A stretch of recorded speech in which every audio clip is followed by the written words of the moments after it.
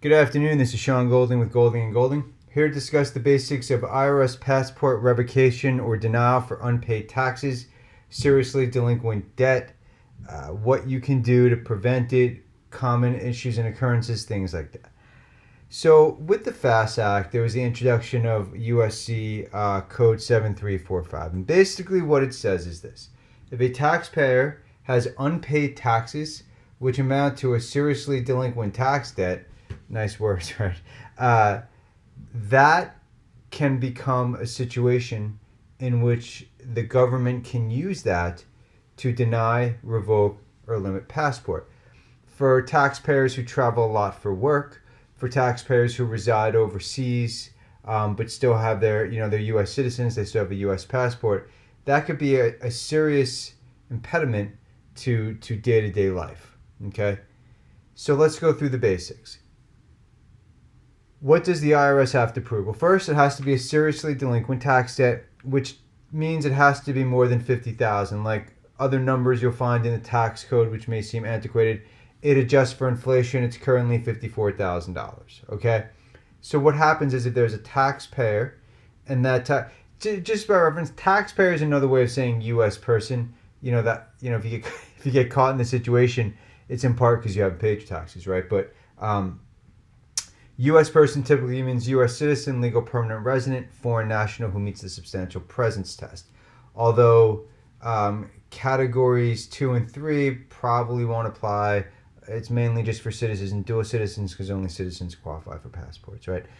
And if there is a debt and that debt is certified and there is a notice of lien or levy issued, then it meets all the requirements. Now, there's exceptions, exclusions, and limitations. For example, if taxpayers enter into a payment plan, the fact that more than $54,000 is owed, they're in compliance insofar as they're in a payment plan they've been paying. In addition, if there's a collection due process hearing form 12153 applied for or pending, that also will prevent certification or enforcement under 7345 for passport revocation.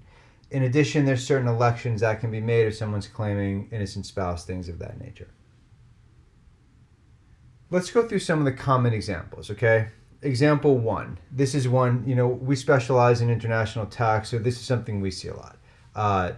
David moves overseas. He's making $100,000 a year. He's below the foreign earned income exclusion, so he hasn't filed taxes for a while. He's a U.S. citizen who resides overseas, so he's in the system.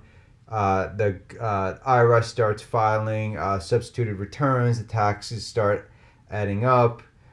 They start stacking, and then interest starts accruing, and it's not that hard to get to $54,000 over a couple of years. Second, taxpayer lets a tax debt linger, and maybe they didn't even know. Well, let me take a step back. In that first example, it doesn't mean that it was willful at all or anything intentional. Dave might have thought, like many expats do, expat myths 101, that is, if you live overseas and you earn less than $100,000, you don't have to file. While technically you'll normally qualify for the foreign earned income exclusion and not have to pay tax on the first $100,000 plus housing exclusion if applicable, it doesn't mean you don't have to file. If you don't file, the IRS doesn't know you qualify for the exclusion. Sometimes you may just be working overseas for the same U.S. employer. U.S. government, IRS just assumes you're making the same money as you were making before, excuse me, and does the substituted return. Next one is you let a tax debt linger. Maybe you knew about it, maybe you didn't.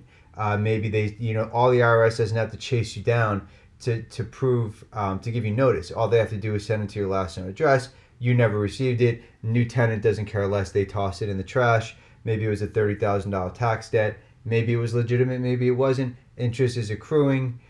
Penalties accrue. And next thing you know, you're over that $54,000 mark. A much more complicated issue is international reporting penalties, Form 3520, Form 5471. Presumably, if you get dinged with one of those penalties, they're going to try to enforce it. You would probably have a good position against it. One thing to keep in mind is the F-bar specifically does not count. The F-bar has nothing to do with taxes. The F-bar is not covered under the tax code. It's under Money and Finance, Title 31. F-bar penalties, liabilities are not sufficient in order to show a tax debt sufficient to enforce passport revocation or denial. If you're out of compliance and this is something you're worried about, there are plenty of programs you can use to get into compliance if you're willful or you can't certify under penalty of perjury that you're non-willful. There's a voluntary disclosure program, VDP.